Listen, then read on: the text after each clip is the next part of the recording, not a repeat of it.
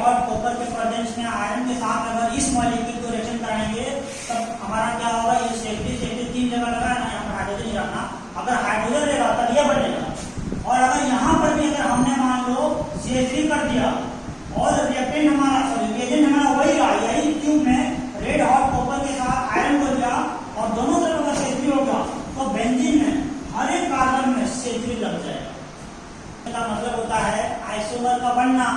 जैसे मान लो हमने एक कंपाउंड ले लिया तुम्हारा CH2 CH क्यों है यहाँ पर, ले लो ट्रिपल बॉन्ड कार्बन और इधर में कर दिया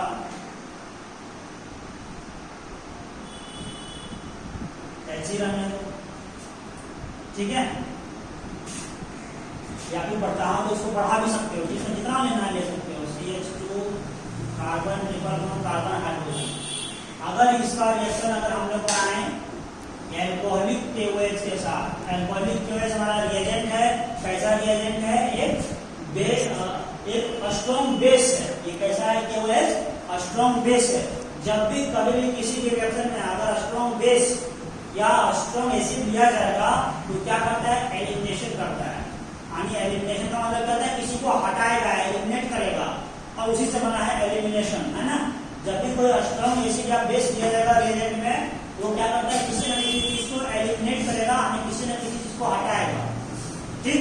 लेकिन यहाँ पर क्या करेगा, जब ये आइसोमराइजेशन रिएक्शन है तो इसका आइसोमर बना के तुमको दे देगा।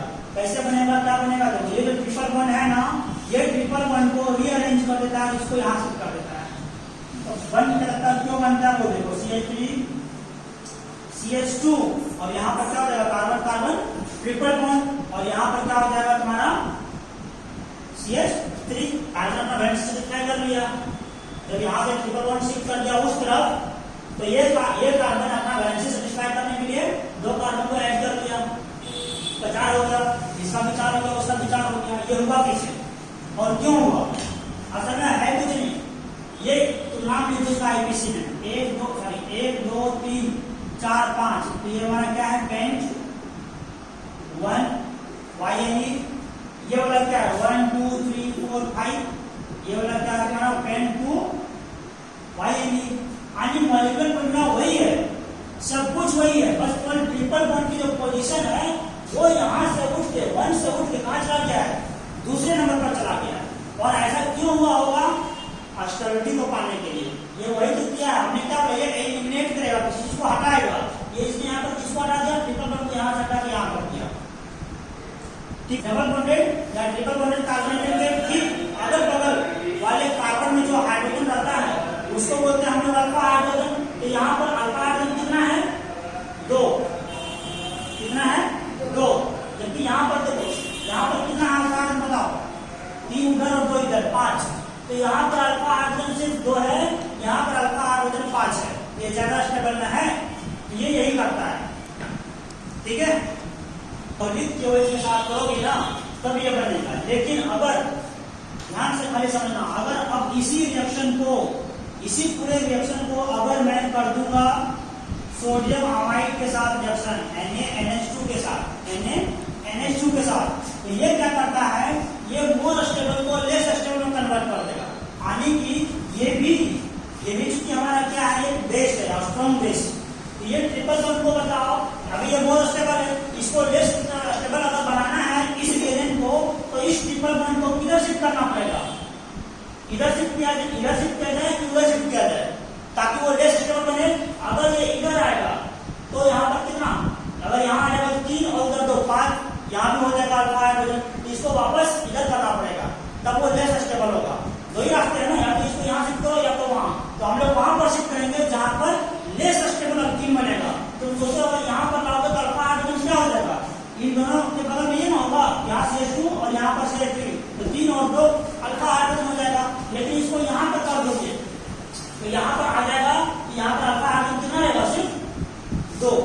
तो ये यहाँ पर क्या हो जाएगा, CH3, इसको हम लोग इस बार क्या करेंगे, यहाँ पर शिफ्ट कर देंगे, हाँ, CH3 CH2, यहाँ पर वापस बढ़ दो CH2 और यहाँ पर तो कार्बन ट्रिपल बॉन्ड कार्बन, और यहाँ एक ही हाइड्रोजन मिलेगा, ठीक है। अभी क्या हो गया, वो मोर स्टेबल था, ये क्या हो गया, लेस स्टेबल।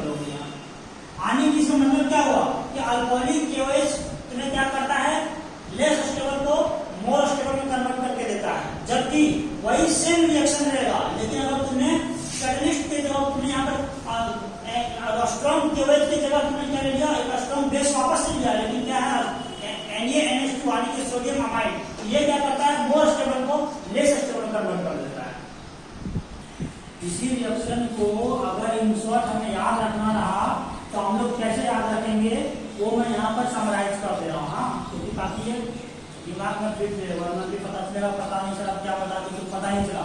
अल्काइल के जगह में कुछ भी यहाँ पर R मान सकता हूँ ना, मान सकता हूँ R, और इधर तुम ले लो क्या CH2 और यहाँ पर ले low carbon carbon triple bond carbon hydrogen. ठीक है, जब तुम ये समझ रहे हो, अगर मैं इसको रिएक्शन कराऊंगा अल्कोहलिक KOH के साथ, तो ये मेरा क्या बनेगा, R1 CH2 single bond CH, नहीं यहाँ पर जो क्या हो जाएगा हमारा, इस तरफ शिफ्ट होगा, यहाँ पर कार्बन कार्बन क्या हो जाएगा, triple bond, carbon carbon triple bond, और आगे सिंगल बॉन्ड, और यहाँ पर हो जाएगा CH3। ये तब बनेगा जब इसका रिएक्शन अल्कोहलिक KOH के साथ होगा। लेकिन जब इसका रिएक्शन वापस से Na सोडियम अमाइड के साथ हो जाएगा, NaNH2 के साथ, NaNH2 के साथ, तो हमारा वापस ये बच जाएगा। इसका ये मतलब है ना, ये जो हाफ एरो दिया हो ना, तुम चाहो तो इस साइन को ऐसे भी दे सकते हो, दोनों एक ही चीज है, दोनों में कोई डिफरेंस नहीं है ना। इसका दो एरो का मतलब क्या हुआ, तो ये ऊपर वाला तो उधर गया है, इसका रिएक्शन इसके साथ होगा तब ये देगा, जब इसका रिएक्शन इसके साथ होगा ये वापस इसमें आ जाएगा।